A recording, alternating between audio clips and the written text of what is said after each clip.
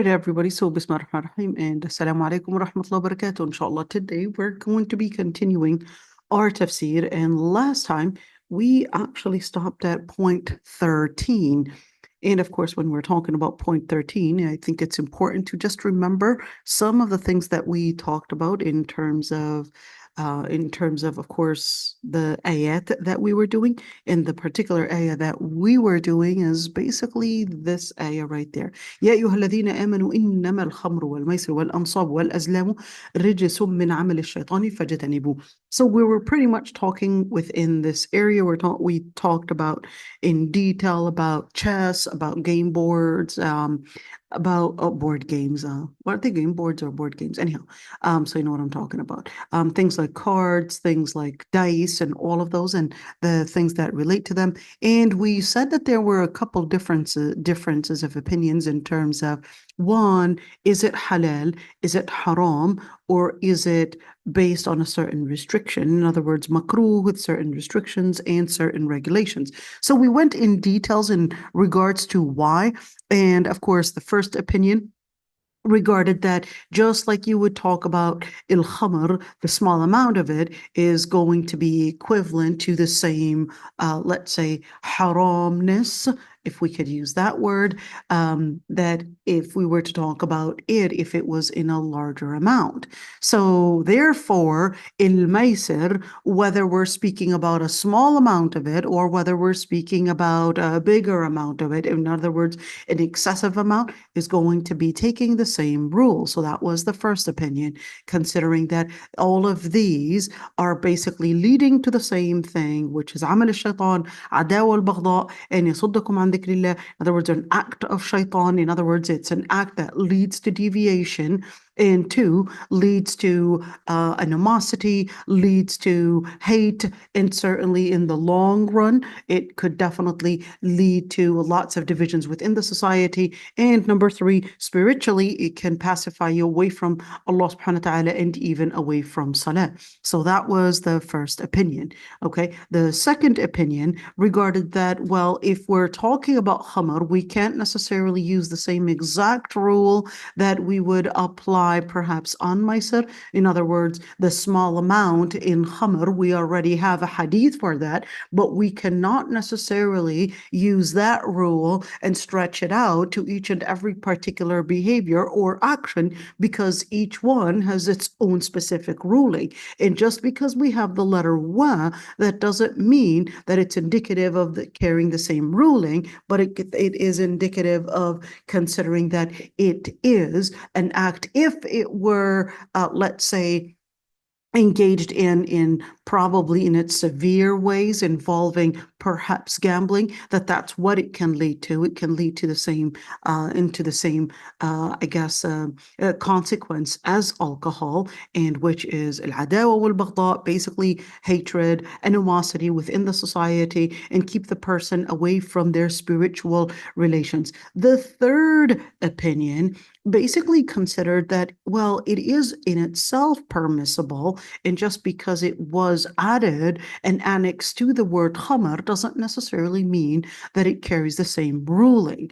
But it would consider that il-maisir in itself is gambling, and what is haram is the gambling piece of it, and not necessarily the actual playing just for entertainment. And considered, well, if we're entertaining the person, but this is not only just a physical activity, we're talking about mental activity as well, and considered that, hey, if we can say things like horseback riding, maybe swimming, and we'll say that those physical activities are beneficial for the body, well, why can't we also say board games or certain, probably chess or certain, let's say, mental games are probably good for the person's mental activity, and therefore, in order to keep it within that within that parameter, within that side of benefit, then in that situation, we got to make sure that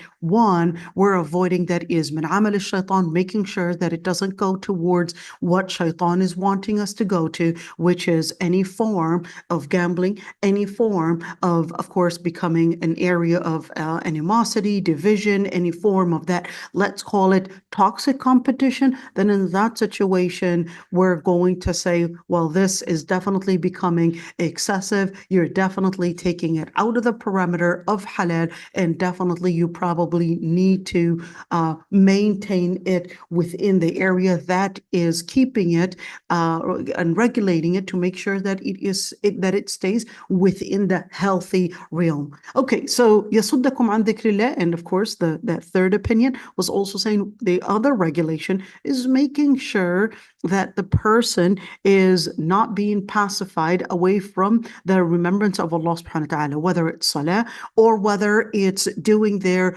obligations towards their families, towards themselves, towards their health, towards their schooling, probably education, DNA, IM, remember all of that. And certainly, Wallahu a'lam, the preponderant ruling is that it is permissible on a condition that we would take in consideration these conditions. I think it's also worthy of mentioning the point that we were also, I guess, scrutinizing last time, which is al-Qurtubi, and he was emphasizing that al-Khamr and al-Maisir, that the reason behind the ruling, why Allah subhanahu wa ta'ala put them together in, let's say, within the same category, is that they all have the capacity to intimidate people into getting, I guess, absorbed into addiction, and therefore, whether we're speaking about gambling, alcohol, drugs, etc., all of that, it has the power to get these people into addiction. And because it has the power to get them into addiction, especially men, by the way, especially men, such addictions are more found in men than women, by the way. Women are a different category, but such addictions are more found in men. Perhaps their love for reward versus women are more into, I guess, social acceptance than reward. So boys want reward, so they'll go into, I guess, these addictions, gaming addictions, and all of that. So and also gambling, etc. But it doesn't mean that women can get into such addiction. That this isn't at all what we're saying. But al-Qurtubi was emphasizing that point, that because if it leads to addiction, it can be a very dangerous point, and it would be hard to get the person back. So al-Qurtubi was emphasizing that what the Quran was basically focusing on was letting us know that even a small amount that might affect your spirituality, which is getting you away from Allah subhanahu wa ta'ala and getting your heart, which is al-ghafla, getting your heart into ghafla, that was the dangerous thing about it. Al-ghafla is when the person is pacified, when the person is unaware, when they're living at a moment of focus on something else, and they are completely unaware of the actual purpose that preceded their existence. That's the moment of ghafla. So the point that al-Qurtubi wanted to make was the reason why al-Khamr and al-Maisir were regarded as haram is not only because it can lead to addiction alone, that's not the only reason, but the main reason was ghafla.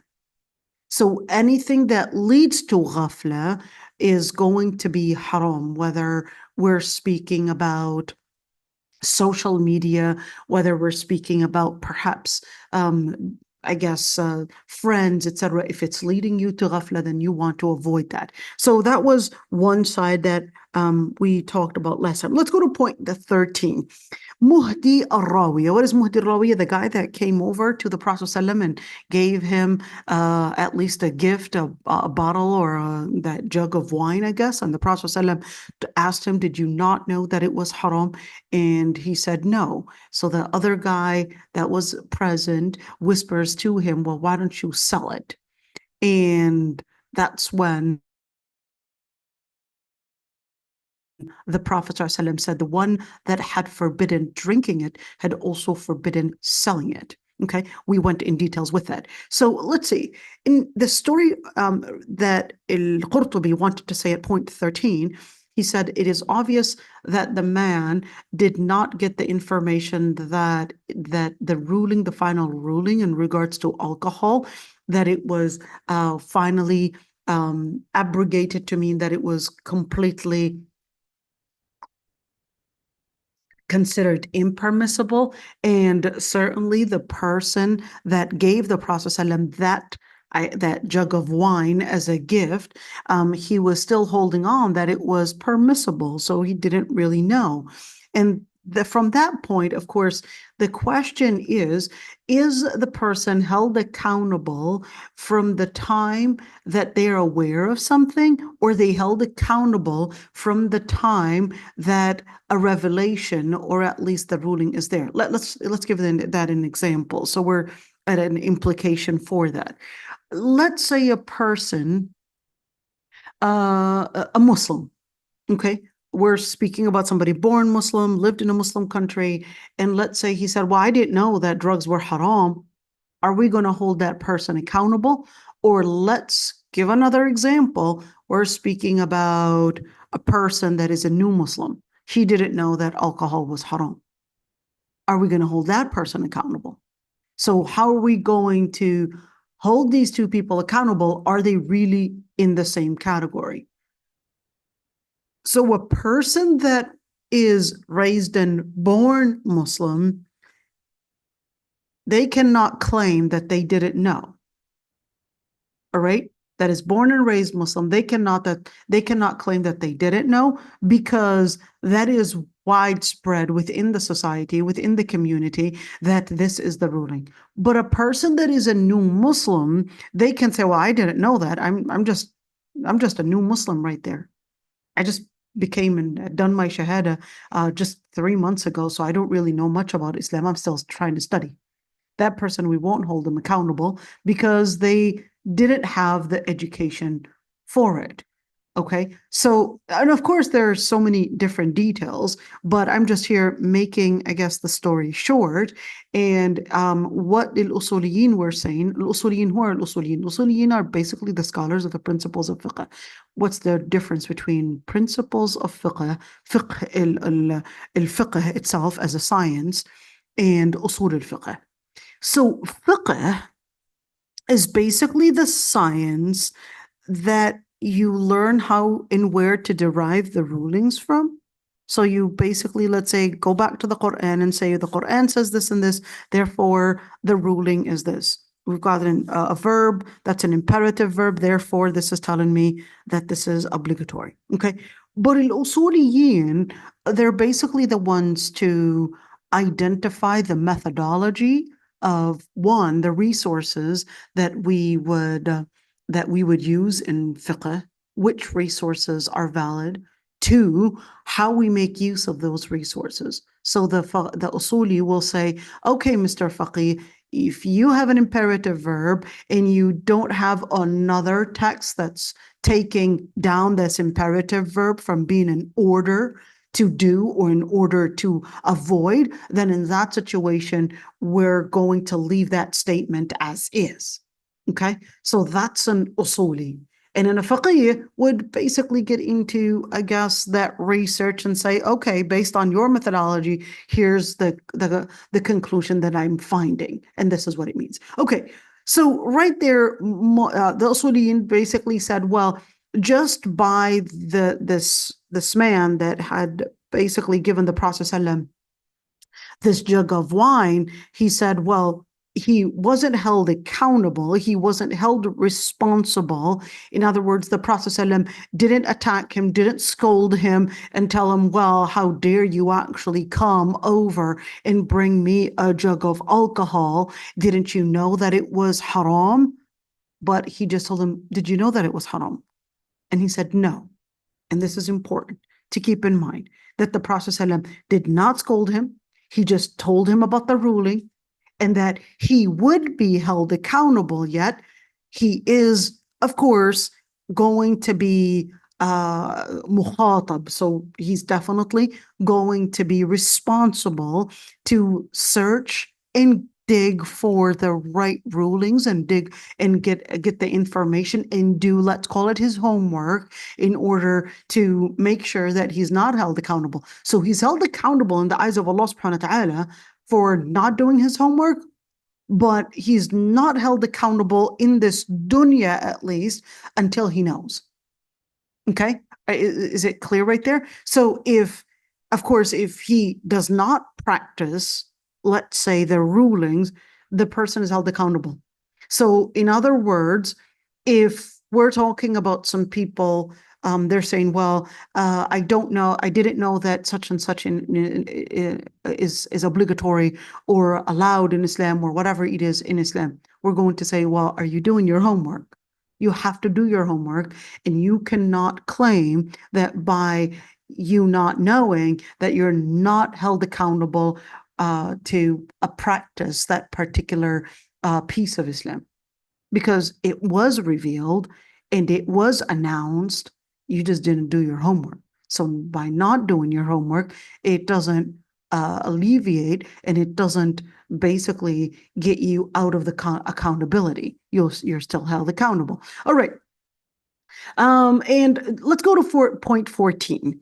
إنما يريد الشيطان أن يوقع بينكم العداوة والبغضاء في الخمر والميسر. What is العداوة والبغضاء?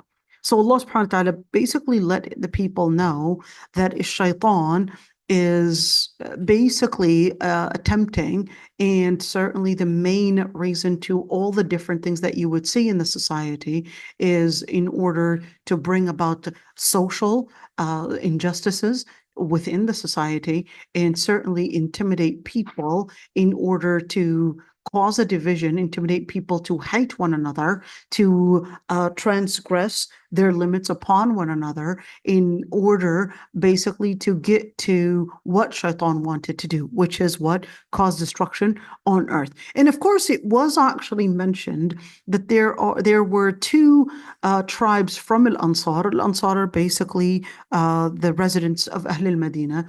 They got drunk, and certainly it seems like they really got drunk and heavy drunk, and drunken group, that is. فَعَبَثَ بَعْضُهُمْ بِبَعْضٍ. But then, of course, when they got really drunk, it seems like, got into some kind of a fight, exactly like you would have in bars. Most of the times, many times you could have all these fights in bars because they're, I guess, easily provoked. They could easily confuse what is being said, and that's what happened. So they got drunk, and then they went into some kind of a fight, and it seemed like they went into, let's call them fierce fist fights. And then once they got out of being drunk, I guess they kind of just, alcohol wore off from their body. That's when they realized that they were punched, that they were hit. So then they, I guess, had vivid memories of who did it.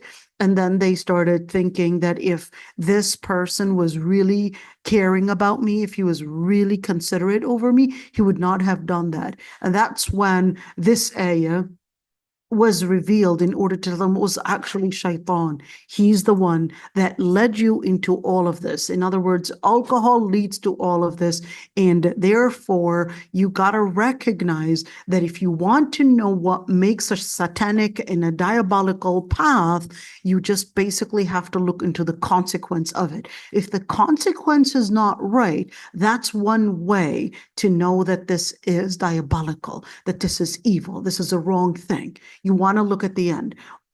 5 years from now, what's going to happen? if we were to continue on that path. 3 years, whatever it is, what's going to happen? What is this going to lead you to? If this isn't leading you to Jannah, that means it's leading you to hellfire. Who's provoking all of this? Well, if it's leading you to let's say that type of engagement where it's harm, it's causing social injustice, it's causing, hatred, it's causing all of that. Well, simple. It's basically that evil, and it's basically shaitan that's provoking all of this. So certainly we could see that things like alcohol, gambling definitely can lead to destruction in the long term, in a long run, without us realizing. In a long run, it can actually affect the families, affect generations, affect their mental health, affect their, of course, al-adawa wal-baghdha, affect the social justice, the way that the whole family is structured. It all is really as a result of somebody's behavior when they actually went into the addiction of drinking, or the addiction of probably gambling, or probably other haram addictions. If that gets into the family or gets into any individual, then the implication not only on one individual, but the implication is going to be on and affecting the people that surround this person, whether it's the family or probably the society at large. So in other words, as a society, we have to definitely educate the Muslims, especially the Muslims, educate them the dangers of al-khamr, the dangers of al-maisir, and the dangers of engaging in haram, and that the implication is definitely going to go farther than their individual part. They can say, well, you know what, I'm okay with whatever consequence, but no one else is okay. No one else is going to be okay if it's definitely going to lead to, I guess, social injustice, and the children are going to be basically paying the price of what you had done. Your wife is going to be paying the price of what you had done. The brothers, the sisters, the family, and without you realizing, it becomes exactly like if you were talking about al-khair, in-nur. Remember that ayah when Allah subhanahu wa ta'ala said, وَكَانَ أَبُوهُمَا صَالِحًا, كَانَ أَبُوهُمَا صَالِحًا. It was talking about salah itself was running through generations to have its implication effect from one generation to another. Same thing if we're talking about wrong behaviors, and these wrong behaviors can basically transcend generations and generations, and without us realizing, it was one evil action that person probably engaged in that went far beyond that generation and later ruined the future, and certainly led to nothing but insuccesses. That basically led to failures and definitely got them off the path of success. And that's why Allah subhanahu wa ta'ala was telling us, well, these key things that you really want to be considerate of, anything that leads to ghafla is going to lead to shaitan. Okay, let's continue right there. الخامس عشرة يصدكم عن ذكر الله وعن الصلاة. Because if you were to drink, then you would not remember Allah subhanahu wa ta'ala, and you would not pray. And then therefore, you would confuse what you're saying. Exactly like Ali ibn Abi Talib. What is the story of Ali ibn Abi Talib? Ali ibn Abi Talib, of course, before alcohol was considered haram, Ali ibn Abi Talib was praying along Abdurrahman ibn Auf, the Sahaba, and was reading قُلْ يَا أَيُّهَا الْكَافِرُونَ.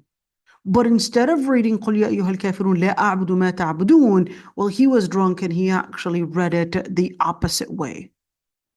And that's when they went to the Prophet ﷺ and, of course, told the Prophet ﷺ what had happened. And that's when the ayah was revealed that they should not be drinking while they're, of course, approaching their salah. And we said the stories of how in the beginning of Islam, of course, alcohol was permitted, and then later on it was regarded as not permitted if they're approaching salah, and then finally, well, then the third stage, it was that they weren't permitted but to drink at night. And finally, فَهَلْ أَنْتُمْ مُنْتَهُونَ, and which is the ayah that we're in. Okay, let's see. Now we're going to a different topic, عن الشطرنج, where we talked about that. So let's look at فَهَلْ أَنْتُمْ مُنْتَهُونَ. فَهَلْ أَنْتُمْ مُنْتَهُونَ. Remember, the reason for the revelation of this ayah is when Umar ibn al-Khattab had made the dua that he wanted a final and a complete and a complete clarification in regards to the ruling of khamr. And that's when this ayah was revealed as a bayanan shafiya, as a complete clarity in order for people to know the ruling on khamr. And that's when that ayah was revealed, that at least right there, إنما الخمر والميسر والأنصاب والأزلام رجس من عمل الشيطان فاجتنبوه. And of course, then this ayah right there, فهل أنتم منتهون, are you yet done? Because of course, the ayah was bringing about the final statement, because at one point, some Sahaba said, well, because the ayah had said, فِيهِمَا إِثْمٌ كَبِيرٌ, therefore, since it has some ithim and some manafi', some said, well, I'm drinking it for a good cause. And another group was saying, well, no, I'm seeing that it's saying, إِثْمُهُمَا أَكْبَرُ مِنْ نَفْعِهِمَا. Then in that situation, just by considering that law, that if it has more harm than good, then I have to focus on the bigger harm than the smaller good. So that's when, of course, فَهَلْ أَنْتُمْ مُنْتَهُونَ, when Umar ibn al-Khattab had heard this, he said, انتهوا, قال انتهينا. When, of course, he understood that it was intahu, in other words, did you completely end all of this? And he said, we are done with all of this. And the Prophet ﷺ had then ordered, so kind of like a person to do these announcements, and this person was walking in the neighborhoods of Medina, that al-khamr had basically been forbidden. And at that time, of course, فَكُسِرَتْ الدِّنَّانُ وَأُرِقَتِ الْخَمْرُ حَتَّى جَرَتْ فِي سِكَكِ الْمَدِينَةِ. What happened? So that's when the jugs of alcohol were broken, and all the different alcohol, alcohol drinks that were in Medina were basically spilled and dumped into the neighborhoods of Medina. It was pouring down the streets of Medina. Let's continue. Point number 17. أطيعوا الله وأطيعوا الرسول واحذروا. So that's basically right there, تأكيد للتحريم. So we're going to the other ayah. We're done with that ayah. Okay, let's look into the other ayah and just see what we're talking about here. So we're done with that ayah.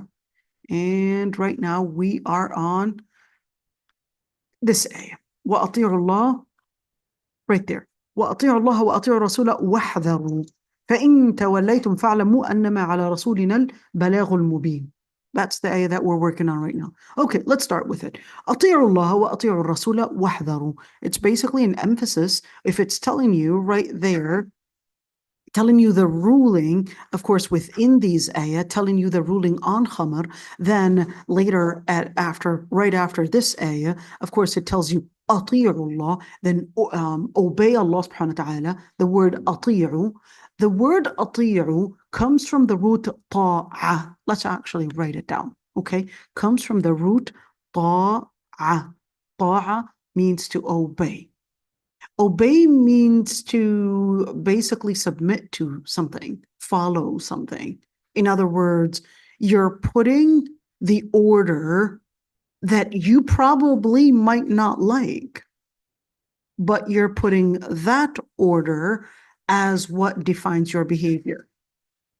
Despite the fact that you may not want that, but you submitting to it in behavior is what ta'ah is.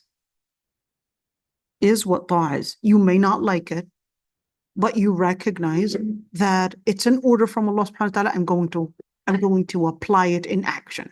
Okay, وَأَطِيعُوا الرَّسُولَ وَاحْذَرُوا. Let's look at right there. So أَطِيعُوا اللَّهَ وَأَطِيعُوا الرَّسُولَ is basically an emphasis that something is regarded as haram. What's regarded as haram? That all the previously mentioned things are haram, and therefore you have no choice but to obey Allah subhanahu wa ta'ala as a Muslim. And وَتَشْدِيدٌ فِي الْوَعِيدِ. It's also emphasizing that this is a warning. And what we're asked to do is to submit to the imperative verb, which basically right there, where Allah subhanahu wa ta'ala, فَهَلْ أَنْتُمْ مُنْتَهُونَ, or the other فَجْتَنِبُوهُ, this is the imperative verb right there, and telling us to avoid all of these actions completely, whether we're speaking about maisir or whether we're speaking about khamr. Okay. وَأَطِيعُ اللَّهِ. What is أطيع الله? أطيع Allah because it just ordered you to end. فهل أنتم منتهون? Are you done with all of this? What is المنتهي? المنتهي comes from the root انتهى or ناهية. ناهية, that's the root. نهى and ناهية. So in that situation, فهل أنتم منتهون? Are you all done with this? منتهون. وَأَطِيعُوا اللَّهَ وَأَطِيعُوا الرَّسُولَ. So in other words, now that you were asked to avoid, then you're, as a Muslim, what you're going to be doing is obeying Allah subhanahu wa ta'ala, even though you might not want to probably have the desires to do so, but you're obligated to do so, and then you submit your actions to Allah subhanahu wa ta'ala. Okay, فَإِن تَوَلَّيْتُمْ, if you were to basically turn your backs on this, فَإِنَّمَا عَلَى رَسُولِنَا الْبَلَاغُ الْمُبِينُ. Then at the end, this is basically right there a warning. The Prophet ﷺ only has one responsibility, which is al-balagh, which is to inform you of that and bring about a clear balagh, bring about a clear, statement to make it clear for you what you're supposed to be abiding by and what you're supposed to be implementing. And in that situation, well, you don't have an excuse to say that you don't want to apply. Or you don't have an excuse on Judgment Day to say, I didn't know. Because there was a clear order, there was a clear statement to help you recognize the parameters of right and wrong. Let's continue with this ayah.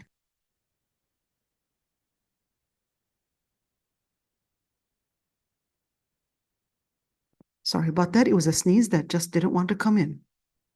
Okay. ليس على الذين آمنوا وعملوا الصالحات جناح فيما طعموا إذا ما اتقوا وآمنوا وعملوا الصالحات ثم اتقوا وآمنوا ثم اتقوا وأحسنوا والله يحب المحسنين. Let's look at this ayah a little bit. Now we're, of course, we passed this ayah, فاعلموا, because now, of course, one thing I would like to say before we get into that ayah is that أطيعوا الله والرسول. I want you to look at this one. It says أطيعوا الله and أطيعوا الرسول. Obey Allah and obey His Messenger. So when you say obey Allah, that actually means you're obeying Allah subhanahu wa ta'ala in the statements in the Quran. أطيعوا الرسول, that actually means that what the Prophet ﷺ had come with is also wahi. So this is al-wahi from Allah subhanahu wa ta'ala.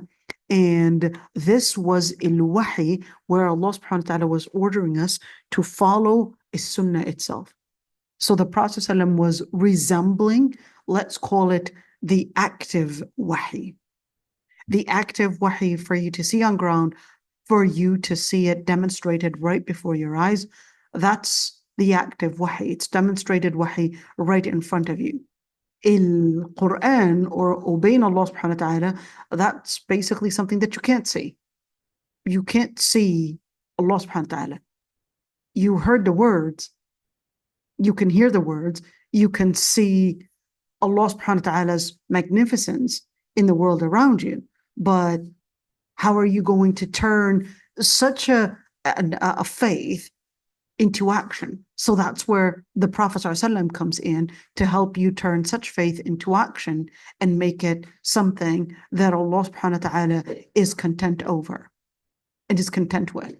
So wahdharu, and you have to be really careful, not because you had embraced Allah subhanahu wa ta'ala in certain things in the religion, you got to be careful because you could just slip without you realizing and probably end up in square one. We talked about that. فَإِن تَوَلَّيْتُمْ, and if you were to turn away, can happen that a person might actually become Muslim and then turn away and probably get into a fitna that they did not expect. فَعْلَمُوا, then how do I get away from that fitna?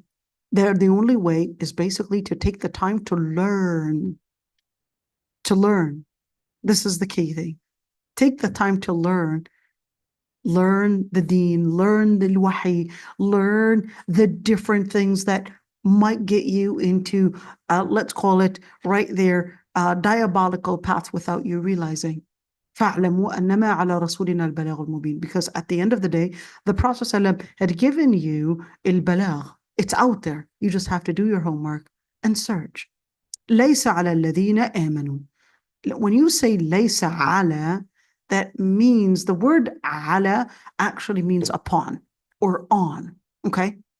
Upon or on. So if you're saying that there's nothing on or upon the believers, in other words, there's no what? And then when you say لَيْسَ عَلَى الَّذِينَ آمَنُوا وَعَمِلُوا الصَّالِحَاتِ جُنَاحٌ. So okay, then that would mean you would need that that rest of the sentence to make it complete. So لَيْسَ عَلَى, okay, there's nothing on, they're not held accountable for what? What does it mean that they're not going to be responsible for something? Well, there's no junah. What is il-junah? Il-junah comes from the root janaha. Let's write that down, okay? Janaha, okay? Here we go, janaha. What is janaha?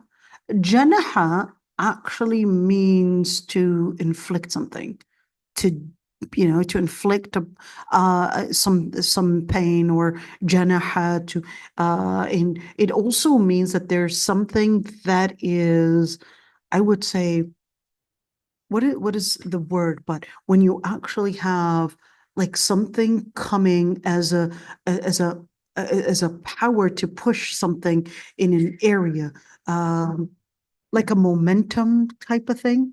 And of course, this becomes like a power to push something. And that's when, of course, you would look at the word janaha coming in as well. When you say junhil, that there's a force that is being put in order to make this night take away and perhaps pass the daylight. And when you look at il-janah are they're basically the wings. The wings are pushing out, and they're basically stretching out beyond one area. So it's like you've got the bird right there, and this bird is basically right there, and then these al-ajniha are basically the wings that stretch out far beyond their space in order to glide towards something. So this is il-janah. So when you look at junah, it's basically to transgress and to go beyond the limit. That's a janah. Il-ithm is looking at the sin from a different angle. Dhanb is looking at it from a different angle. Wait, what are the angles? Let's look at that. So you got the junah, okay? Even though really in English, they're just going to mean sin. In English, it's going to mean the same thing. There's not a particular, I guess, a particular word that can give at least not that I know of, excuse my English, sometimes I would make maybe sometimes grammatical errors or different things, but in Lugha Arabiya, it's very intricate. Let's look at the word dhanb, and let's look at the word ithm. Okay, so the word junah is that you're going beyond the limits of that you were assigned to stay within. It then is actually looking at the implication of the sin, and that it goes basically past you, and that without you realizing, وَمَن يَعْمَلْ سُوءًا يُجْزَ بِهِ. You might have probably done a certain sin in the past and you think it's all over. I'm done. I repented and that's it. But sometimes the implication of that sin, like a child, not necessarily a child, maybe we don't want to hold a child accountable, but maybe somebody lied about something. And then without them realizing, it's like, okay, I'm done with lying. I lied that day and that was the end of the story. But then what they don't realize is that there's going to come a time where other people, where other people are going to lie to them and they're going to be lied at and they're going to be lied to and they're going to basically live a whole world of feeling that there's no trust. Why? Well, because وَمَن يَعْمَلْ سُوءًا يُجْزَ بِهِ. It's going to come back to you. So that's a dhanb. A dhanb is a sin that you had done in the past, and it will basically think of it as a tail. You know, a dhanab, like a tail. A tail, yes, definitely. We know in biology, it's basically to give balance to the animal. All right, to give balance to the animal. But of course, that's the same thing, is that a certain sin that you could do in the past and commit in the past, and you would think you're all done with it, but whatever actions that you would do in the past is basically going to determine your balance today. Your balance today is determined on what actions and what lifestyle you had lived in the past. That's going to give you the balance, number one. Number two is that the implication of whatever behavior you had done in the past is going to basically come at you today or maybe in the future. That's it then, looking at it, even though it's the same thing, it's a sin. Let's look at al-ithm. Al-ithm is that, no, al-ithm is a transgression, and it's basically looking at it from the future. Okay, al-ithm. So one is looking at the past, one is looking at the sides, and one is looking at the future. Isn't that amazing? It's like in the future. So what are we looking at? So when you're looking at al-ithm itself, it's basically right there, what you might do an action right now, and then in the future, there's the harm that's going to probably unfold without you realizing. So look at the ithm, it unfolds in the future. But al-ithm, al-dhanb, it's basically a sin that you had committed in the past, basically bring in its implication on you later on. Okay, al-junah, remember al-janah, basically spreading out, it's going beyond your parameters. It's going to be affecting the people around you. Okay, it's going to be affecting the people around you. You might think that sin is just affecting you, but the truth of the matter, it's affecting your brothers, your sisters, your mother, your father, maybe your cousins, maybe the rest of the family, maybe the rest of the society. And that's when, of course, think of al-janah itself. All right. فيما طعموا إذا ما اتقوا. So what is فيما طعموا? Let's go into Tafseer al-Qurtubi and let's see. فيما طعموا, in what they had eaten. But is this really talking about what they had eaten, or is this talking about what they had consumed? And that's actually more accurate. It's what they had consumed. We'll get into the details, inshallah. إذا ما اتقوا, if they had believed and, well, they were living in taqwa. And the word taqwa actually means that there's a certain shield that the person is putting on themselves. Remember that piece of it, because the word fasaqa is to remove the shield.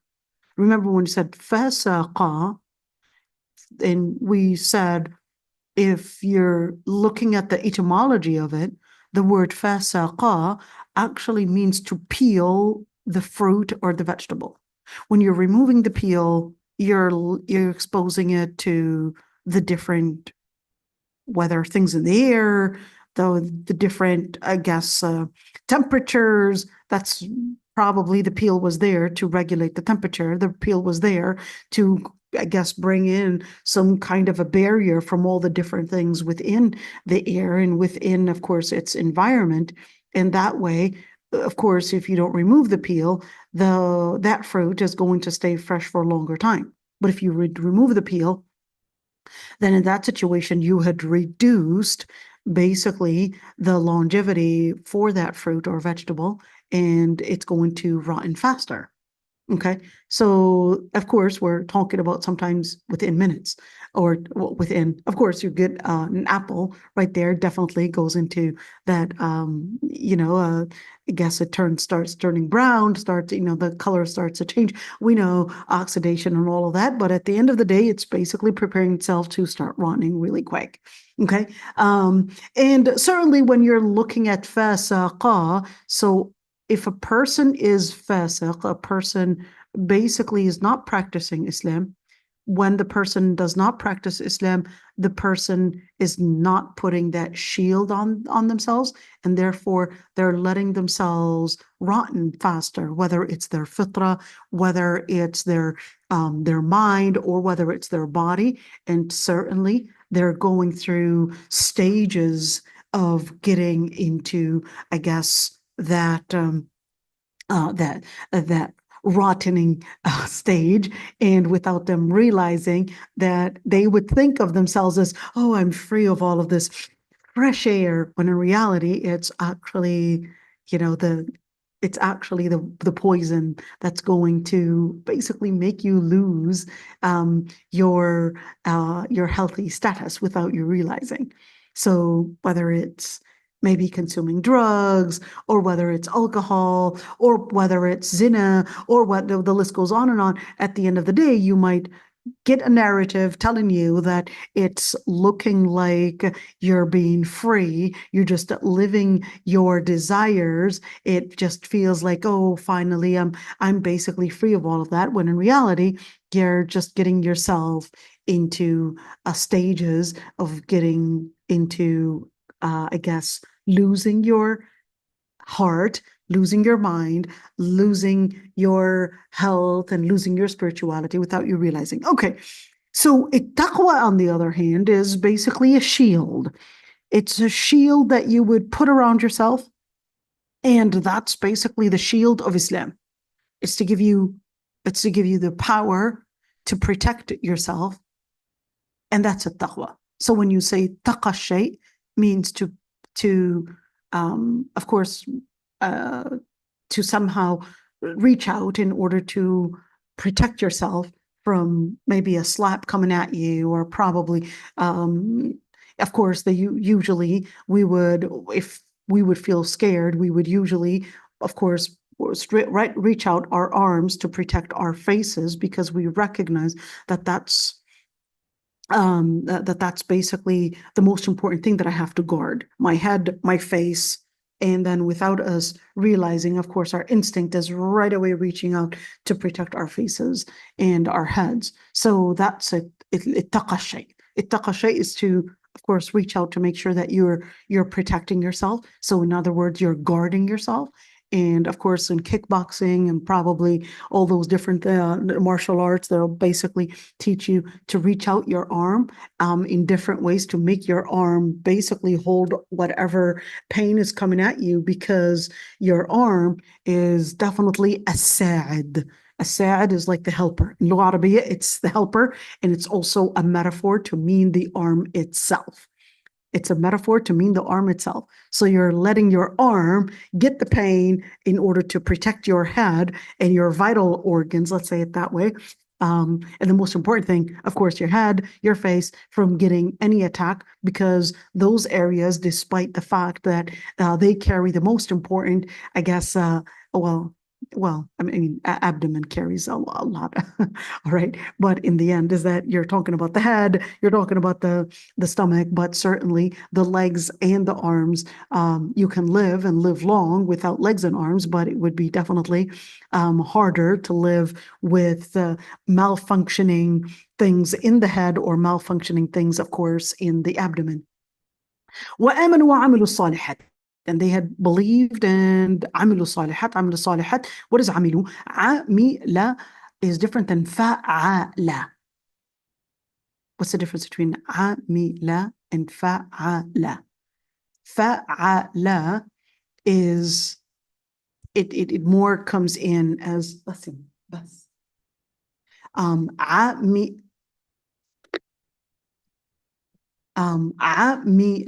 is more to engage in something engage in something, of course, and where a person is let's say, engaging deeply in doing something. But is fa'ala is to do an action even though you're not fully aware of what you're doing. Okay? So that's why amilu, you're fully aware of what you're doing. It's not you're just fa'alu salihat. Because fa'ala, yeah, you could be doing action, but you're not really tentative in what you're doing. But al-amila is no, you're focused on what you're doing. You are fully aware.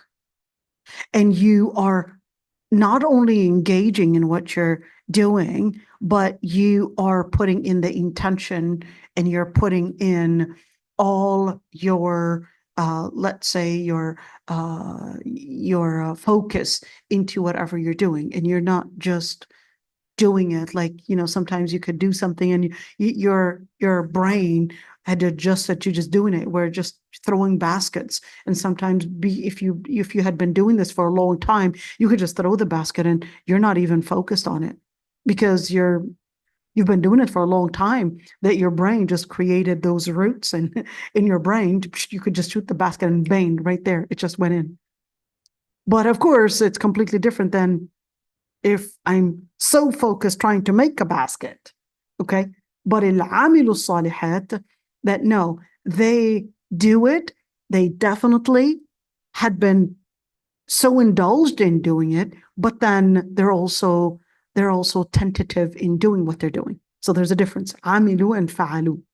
Okay, amilu salihat, what is a salihat? A salihat, of course, in Lugha Arabiya, whenever we have this al right there, it's either going to be the inclusive al, or it's going to be the particular al-ahdiyya, or al-istighraqiyya. Let's write that down, okay?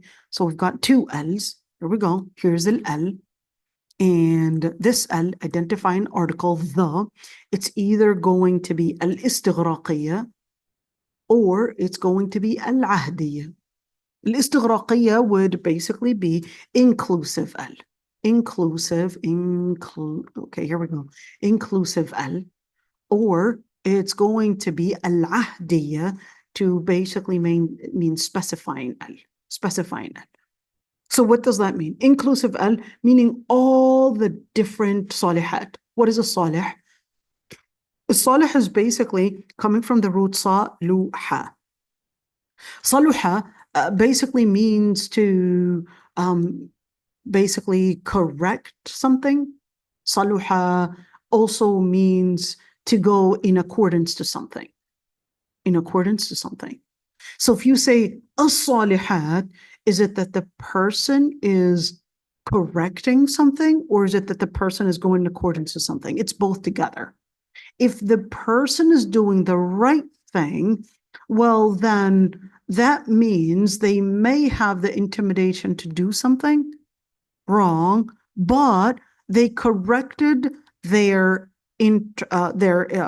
intention and their interest in what they wanted to do, and let their behavior go in accordance with what? In accordance with what was specified by Allah subhanahu wa ta'ala to be the principle and to be what is right.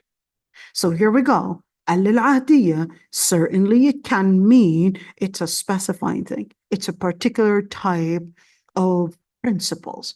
Well, who defines these principles? Who defines these principles is basically Allah subhanahu wa ta'ala. And that's why this ayah right before it was telling you, well, now that you recognize certainly that you have to obey, well, now you recognize right there in that previous ayah, أطيعوا الله وأطيعوا الرسول. You obey Allah and you obey the messenger. Now you recognize that you have a responsibility to obey Allah subhanahu wa ta'ala and his messenger. Now, therefore, you would recognize that as-salihat is inclusive to include anything that Allah subhanahu wa ta'ala had ordered and anything that the Prophet ﷺ had demonstrated to being right or wrong, or demonstrated to let you know the rulings of it. So that's one inclusivity. But there's another type of inclusivity, the other type of inclusivity in where it basically gets into different areas of what it means to be good. Probably good in your deen. Let's look at that.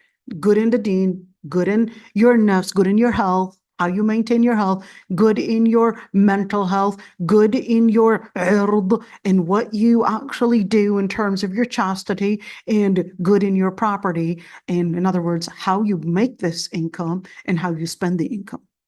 That's what it means to basically also consider al-istighraqiyya right there. So can be istighraqiyya in terms of resource, that it's including Allah and His Messenger, but it doesn't mean including other resources, unless those resources would match what Allah subhanahu wa ta'ala had basically considered within the perimeter of Allah subhanahu wa ta'ala's legal maxims. Then we could use those as aiding resources, but not necessarily as primary resources.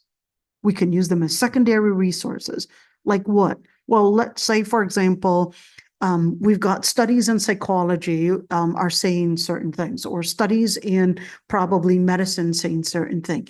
If these studies as secondary sources, they would come in and basically give me some more explanation, let's say, on the dangers of probably maybe, I guess, gambling, since we were talking about that earlier.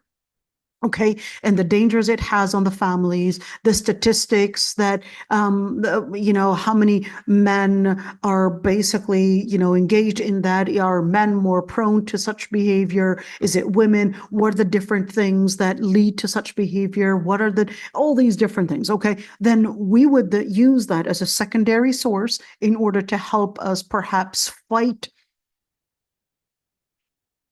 this addiction within our society, and we would use that as a secondary source. But let's just assume that we had a study in psychology that told us, for example, that told us that that you are not born female or male, and that you basically are basically, I guess, influenced by the society, and that's what determines how you define your gender. Let's just say we had a study like that.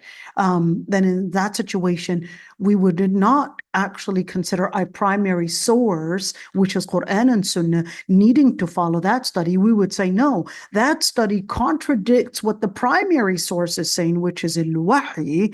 Then in that situation, sorry, but that source is, since it's contradicting what was revealed in al-Wahy, then that secondary source, that study, we're just going to reject it on the spot, and we're going to, I guess, do our let's say, our homework in trying to prove to the masses that this actually contains 1, 2, 3, 4 gaps, or let's say misinformation, or the study is inaccurate, and the list goes on and on. But it doesn't mean that we're going to change the primary source to go and match what the secondary source is claiming. Now, this is extremely important, because we would get a lot of people coming forward and saying, well, I got my therapist telling me this and this, and it contradicts Islam. We're going to say, wait a minute, no.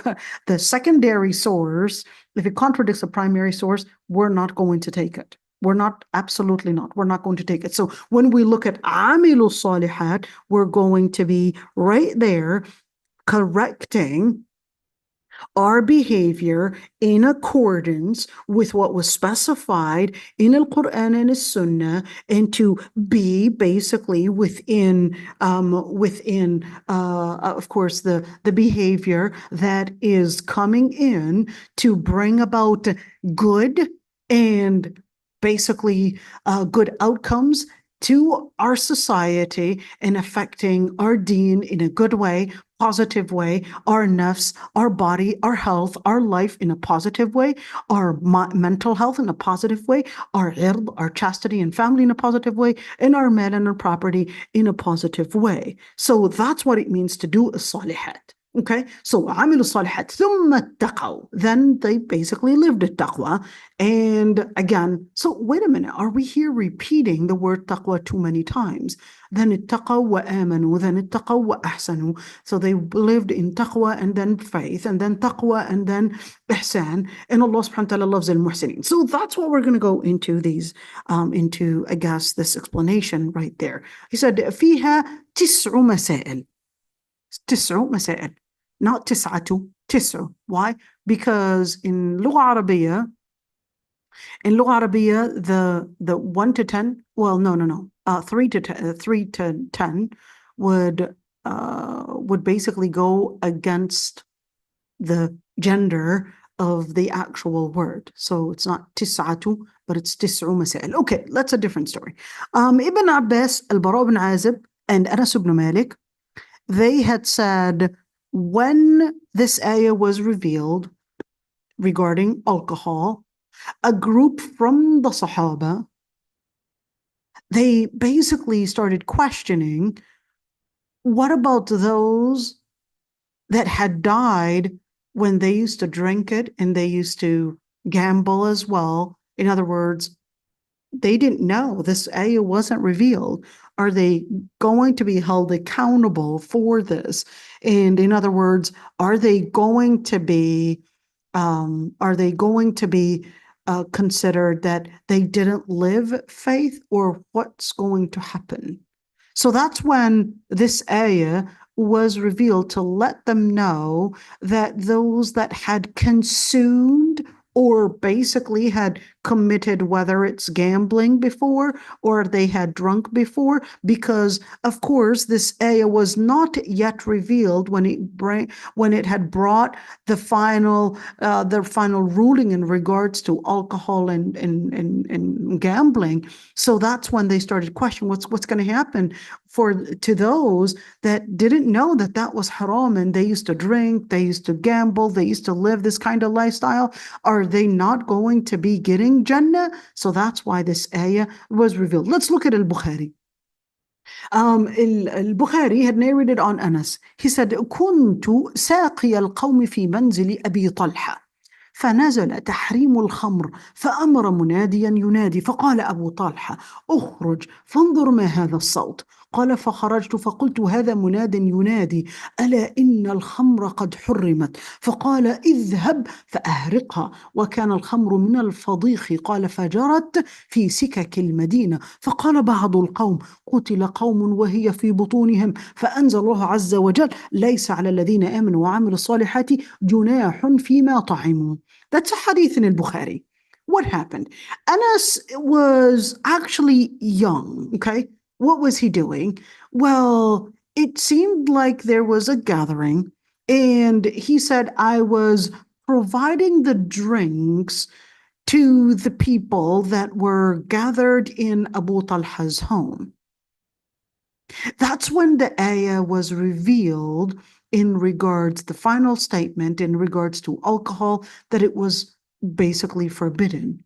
And then, فَأَمَرَ مُنَادِيًا يُنَادِي. That's when the Prophet ﷺ basically ordered that some would actually come in and announce it to people to make sure that everyone knows that that ayah was revealed and that bringing a final statement in regards to khamr. Abu Talha then, of course, tells Anas ibn Malik, who is the young boy, of course. Anas ibn Malik was we're looking at a preteen. Just imagine a preteen. He was the one that was actually serving the alcohol to them. And then he said, Abu Talha tells him, go out and see what's that voice calling for. So Anas ibn Malik, he goes out and he said, that's someone calling and saying that il-khamr and alcohol was actually regarded as forbidden. So did did he ask? No, you want to keep in mind, this is Anas, who was just a preteen. Okay, he didn't even reach the age of puberty yet, but what was he serving? He was serving alcohol to the rest of the Sahaba. He was basically doing his service. That was the service. Just imagine this community where a child is the one that's serving all of this. Okay, but then look at this. Abu Talha basically just when he goes out and he said, well, they're announcing that al-khamr is forbidden. So he tells him, go and spill it all, dump it all. And he said, وَكَانَ الْخَمْرُ مِنَ الْفَضِيخ. What is al-fadikh? In other words, it was the al-fadikh. In order to prepare this kind of alcohol, it requires a lot of boiling. In other words, it requires a lot of cooking, a lot of boiling. In other words, it was the kind that was considered the precious kind, the expensive kind. But then, despite it being precious, or at least the expensive kind, he didn't think, and he didn't second think it out. He just said right there, even though it's a preteen, he didn't say, well, maybe he misunderstood. Let me go to the Prophet ﷺ and explain something to him. Maybe question whether I should perhaps do something else with it, because this is really expensive right there. He didn't even think twice. He just said, you know what?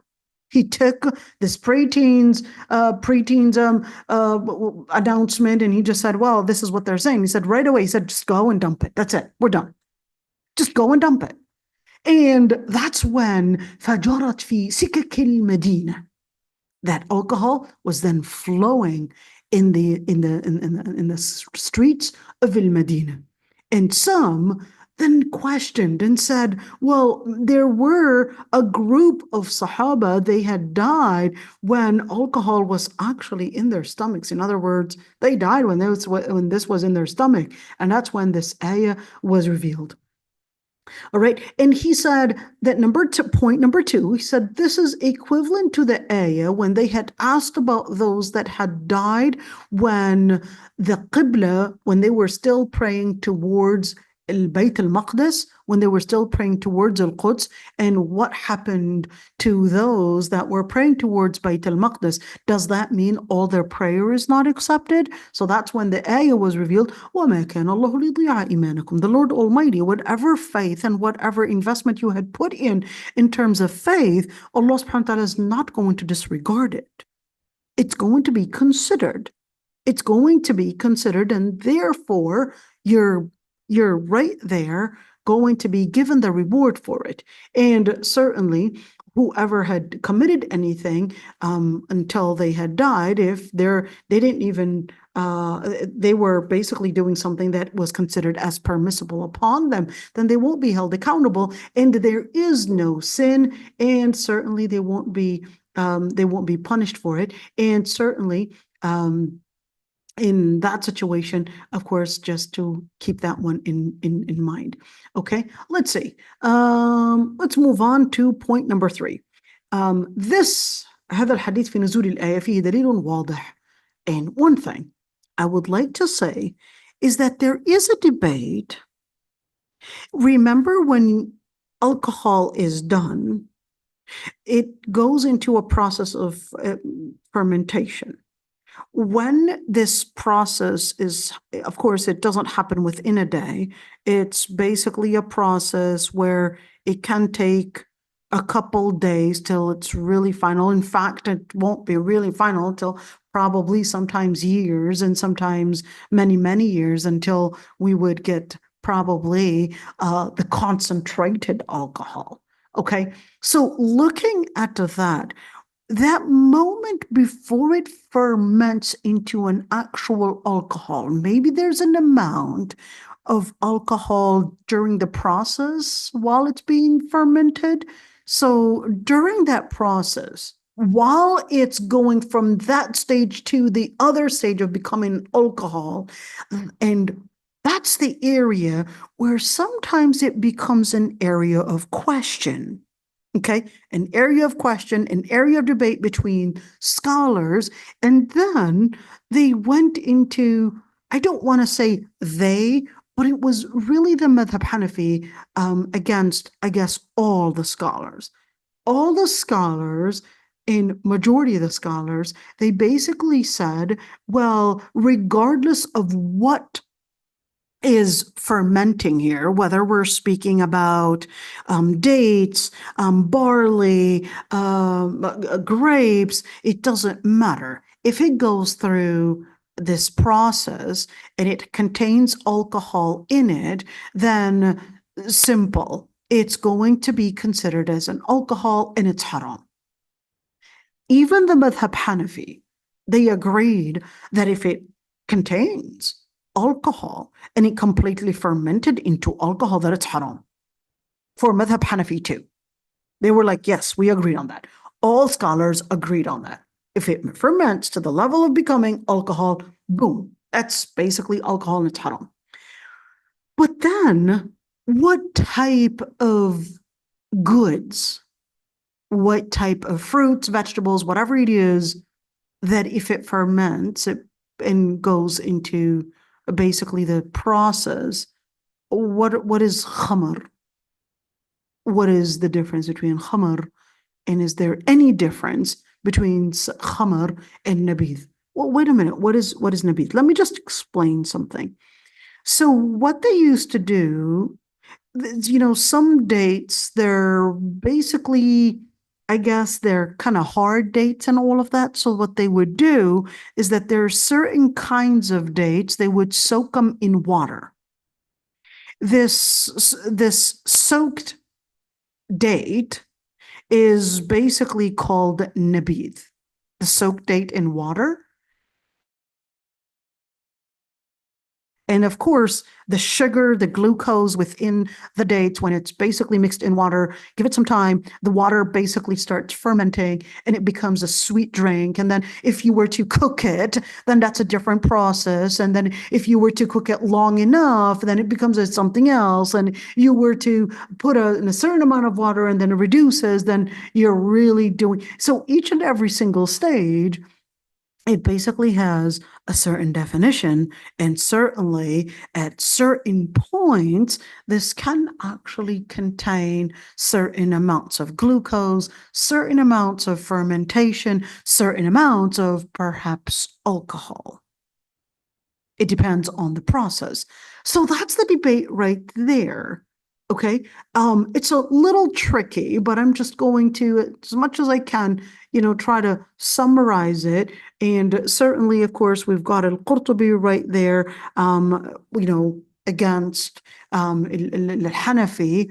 And certainly al-Hanafi, it's important to mention in this point, you had pretty much all scholars were really against Abu Hanifa in that regard, who considered that no, in nabith is different, and therefore at certain point before it completely ferments into alcohol, at one point it would be considered as halal, because that's al-khamr would be exclusive to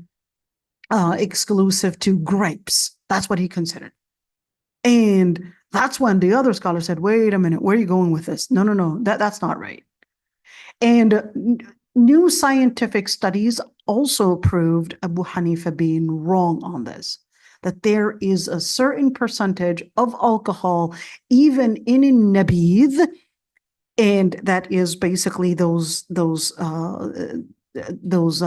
drinks while they were fermenting, whether we're speaking about grapes or whether we're speaking about barley or whether we're speaking about dates, that if they had been fermenting long enough, they basically contain an amount of alcohol. And we know the general hadith basically says that if a large amount were to get the person intoxicated, then the smaller amount would basically follow the ruling of a larger amount. Okay, so this whole debate, inshallah, we're going to actually inshallah, discuss it. But I want you to be awake because it's a very intricate, tafseer next time, inshallah, because we're going into certain words, and it's really important to, focus during class in order to not get lost and feel like, okay, I'm confused with all of this. Okay, so if there are any questions, I'd be happy to answer them, inshallah. Assalamu alaikum, Dr. Aisha. Walaikum assalam. So I have this question. I know you said it, but I kind of didn't get it. The difference between the ithm and zamb. Ithm and dhanb. Yes. Okay, so in general, a dhanb would generally be whatever transgression the person had committed. In other words, it's an assault. Okay. But then there's also another implication that we're looking at in where a person is committing something and it's basically following them. It's coming at them. It's right there. They thought that they're over with that particular then. Not all ma'asi in the implication can be necessarily looking like a dhanb. Okay? Not all sins. I'm not saying they're not all dhunub, okay? They're all dhunub. There's no doubt about that, okay? But the implication of a certain sin can extend farther than other sins, okay? So just keep that one in mind. Let me give you an example. Let's look at maisir. Let's look at gambling, for example. You might think of it as, well, the person's committing that sin and that's basically over. But you know very well that the implication of that particular sin is basically affecting their focus, their ghafla, it's affecting their children, it's affecting their wife, it's affecting the society, it's affecting economy. Then therefore, this extends farther than the actual sin. But let's say we're speaking probably about a person maybe doing, let's say, cutting themselves. Okay. That's harming that particular person. Is it harming someone else? It's not harming someone else. Unless the person committed suicide, then definitely, you're going to be harming a whole family. Okay. But of course, we're not here saying that, no, there are certain ma'asi that are not dhunub. They're all dhunub from that sense. But there are certain, let's call it inspirations in certain words in Lugha Arabiya to help us see beyond the word itself and see the implication of it. And in order for us to see, I guess, beyond the action and to see how it unfolds within our life. So il-wizr is different because il-wizr, even though it really means the same thing, okay? They all mean sin. It all means you're basically doing something haram.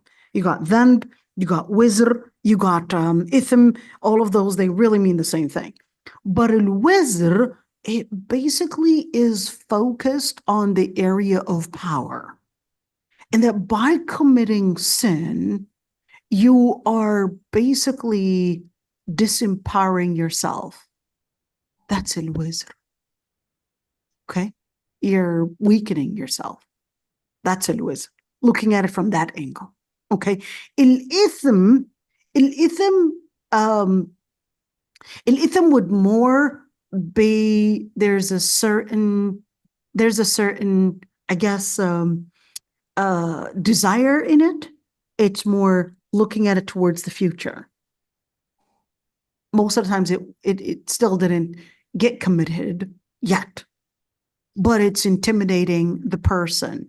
Well, it's not intimidating. It's not. Okay, let me reword that. The person is intimidated to do that particular sin.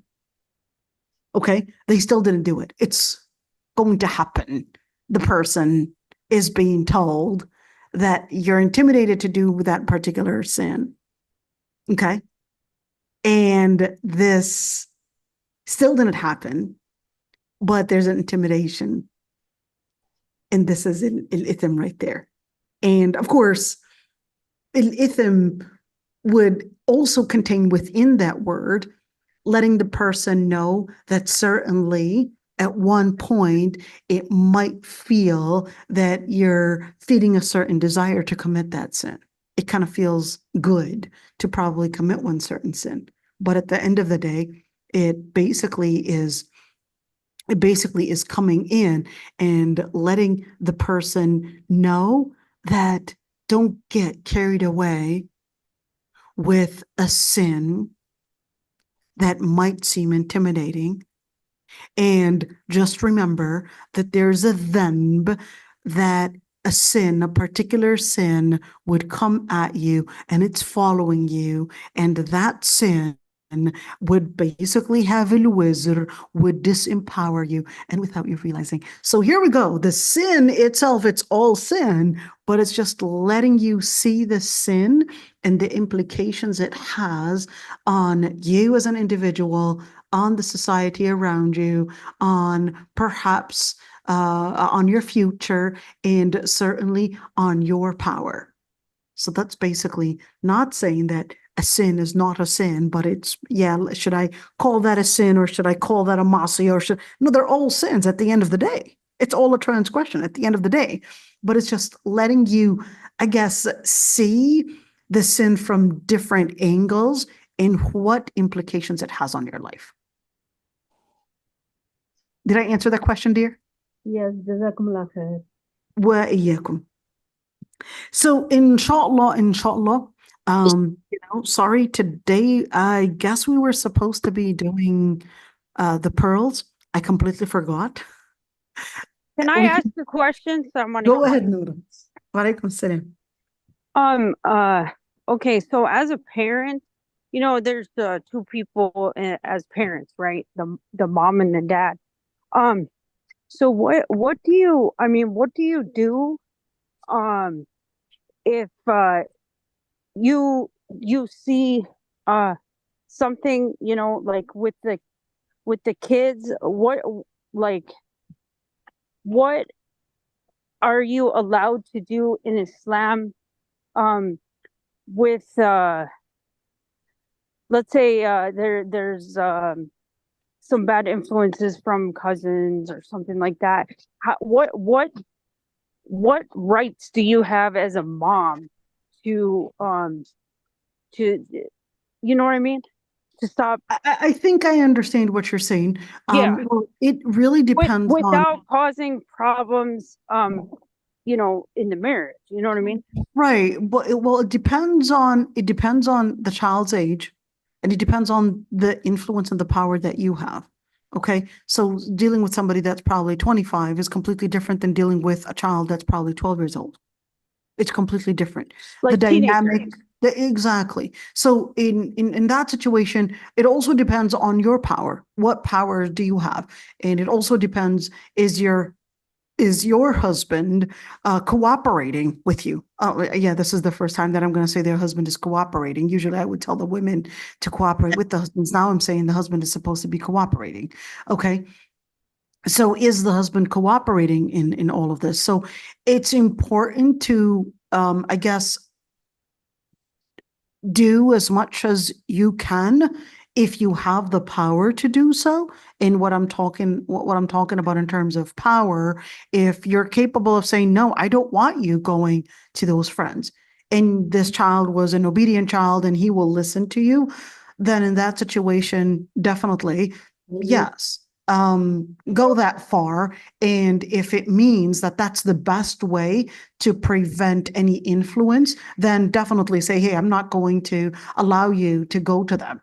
And if you probably want to use a different method, maybe you had the money. Money is key.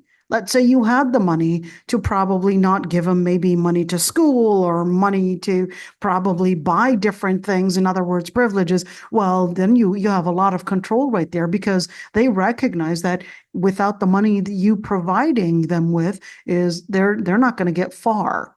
They're probably not going to have the gas for their car. They're not going to have probably the privileges. They're not going to probably have the money to go here and there. And they're going to end up feeling that, oh, embarrassed in front of their probably friends or their peers that, oh, I don't have money to do this. And therefore they're going to feel, yeah, they're your mommy's boy, and etc. So it depends on how much of a control and power you have. And at the same time, understanding also, depending on the child, because some children, if you disobey, or at least if you, I guess, not go based on what they want, that sometimes, hey, is this child going to run away and basically bring about a bigger damage? Is that a bigger damage? Or do I have to, do I have to kick them out of the house? Sometimes you have to do that. Why? Because they're bringing in a bigger harm within the home by them being present. So it's not always that, yes, they have to stay within the home. God forbid that any of us would get that far, but there are certain times where we would have to, I would say, figure out the politics within our home, how to make sure that we are containing at least a certain discipline within our home before it basically starts influencing and affecting our authority within the household or then affecting our deen. So if you have the power to stop things before they escalate, well, then in that situation, I would say use the power before it's too late. But if using that power is going to get you to losing more power, because then you're disempowering your husband and disempowering yourself, and then the kids are going to get basically carried away with mom and dad are right now at, I guess, in dispute of who's supposed to be in charge. Now while they're fighting their own politics, we can get away with doing our piece of I guess disloyalty to their political dispute, and then we can somehow get away with using and I guess taking advantage of their political dispute, and we can get away with a lot of different things because I'm right there just not listening to that one or that one, and then the children basically take advantage of such a dispute. So you really got to be wise. All right, I'll say it that way. You really got to be wise in what is considered a priority.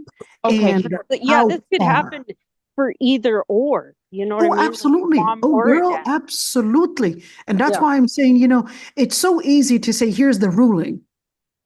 It's so easy to say, yeah, Islamically, you could do that. But you also want to take in consideration that wisdom, where is this leading me and leading my family into, and probably in the long run, what does that even mean? Because in Amr bil Ma'ruf wa Nahy anil Munkar, it's not just let me order for this, but if me ordering the person probably, I always like using the story of Ibn Taymiyyah.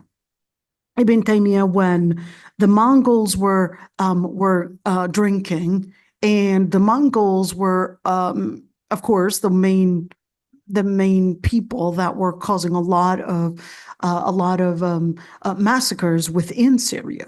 So Ibn Taymiyyah was confronted, and they confronted him and said, "Hey, how come you don't tell the Mongols not to drink?" And he said, "No, actually, if they get drunk, it's better for us."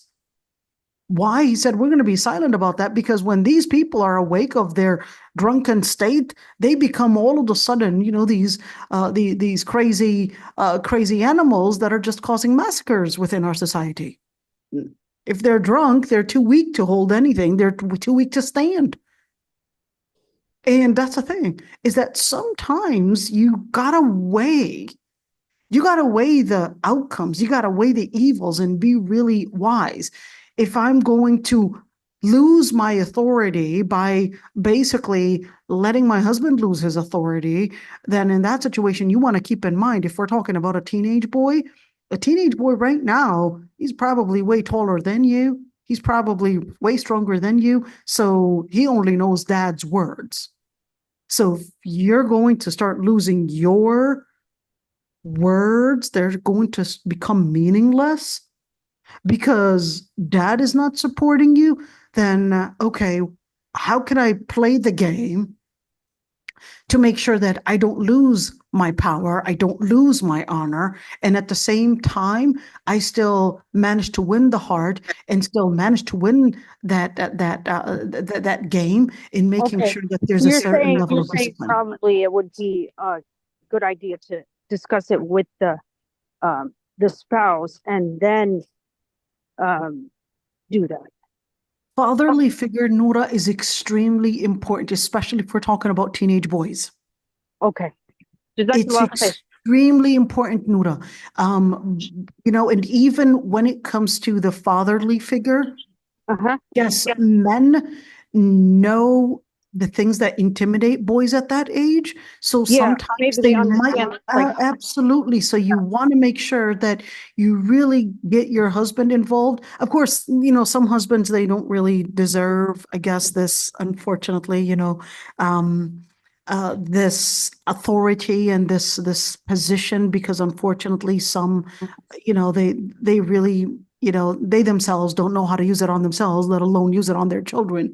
All right. I'm not saying this all the time, but I'm saying some people, yeah. most of the times, and let's say to a certain extent, many times, of course, the fatherly figure, if he's a salih person, definitely get him on board Inshallah. and don't go against his commandment if he's doing the right thing, because you will lose your power without you realizing. So you have to work together. You know? Inshallah. Jazakallah khair. Jazakallah khair. Bismillah, Bismillah. Yeah, go ahead, أستاذة نورة. أستاذة نورة. أستاذة والله إني Ah, يا One day. أمية. أستاذة أمية. Sorry. أستاذة أمية. I hear fatwa from أحد المشايخ. I don't know if it's right or wrong. He said that the apple juice and all these juice, they put it in a container. He said that if it after they squeeze it, after 3 days, it will ferment it and becomes like khamr. It's not allowed to drink it. Is that right? So we're going to talk about that. It's true and not true, because the apple juice that you would have in the containers, those, you know, the apple juice, I'm talking about the apple juice, they actually put in certain preservatives that prevent it from any fermentation. So it doesn't become alcoholic. Okay. Unless we're going to talk about the different ways that that things can actually ferment, and when does it become alcoholic, and after 3 days, and what if I were to put it here? What if I were to put it in the refrigerator? Does it slow down the process? We're going to talk about that because this is actually key. What about, hey, sometimes you can actually get something fermenting without having a certain long amount of time. You can put things on the stove, and with heat, it basically becomes, you know, fermenting in a different way. So there are certain things. We're going to discuss that next time. That's why I was like, okay, let me delay this a little bit to, you know, go into those details, because I want to make sure that we get this topic, you know, started, and at the same time not end the class before we finish everything that relates to this topic. Inshallah, Jazakallah khair. Because if we were to stop in the middle of the way and then continue, then you know how I would lose my chain of thoughts and you would just get into another category. It's like, okay, what are we talking about here? So we end up getting disconnected. So let's, inshallah, talk about this next week, inshallah. Well, not next week, in 2 days. Oh, 2 days, 3 days? Yeah. Yeah, Jazakallah khair. وإياكم. And this is it, inshallah. And سبحانك اللهم وبحمدك نشهد أن لا إله إلا أنت نستغفرك ونتوب إليك. السلام عليكم. السلام ورحمة الله وبركاته. وعليكم السلام جزاك الله خير. وإياكم حبيبتي. Is that you, Naomi? Yeah, that's me. How are you doing?